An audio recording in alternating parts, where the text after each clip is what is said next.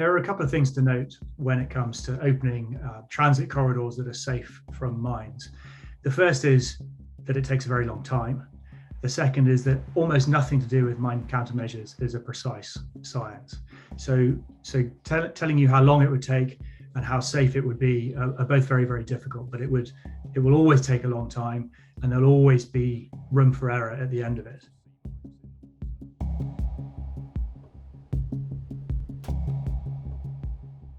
The Navy has two absolutely first-rate mine countermeasures vessels. They're both now mine hunters, which is to say they look ahead of the ship with their hull-mounted or variable depth sonars and can detect mines that way, and then have a number of different ways of deploying systems or divers that can then defeat those mines. So the Sandown class mine hunter and the Hunt class mine hunter are both absolutely first-rate when it comes to this kind of work.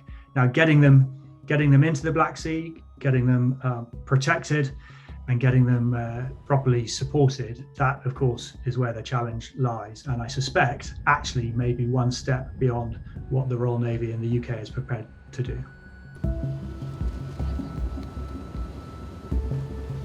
You have to take into consideration a few things here. One is how long is the corridor that you want to demine. That's the first point. The second is how wide. And then the third point is to what percentage probability of clearance do you want to take it to. That'll, like I said, that'll never be 100%. But it does depend rather on the type of mines, whether they're moored or free floating, or whether they've become free floating, which is a problem.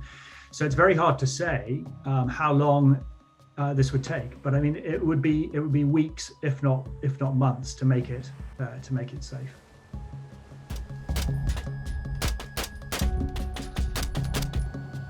There's a huge amount of risk in an accidental trigger. An unidentified mine hits a warship, a free-floating mine hits a warship, and it gets attributed to something else. The risk of miscalculation in these relatively confined areas, very highly guarded, very highly contested, the risk of miscalculation goes up.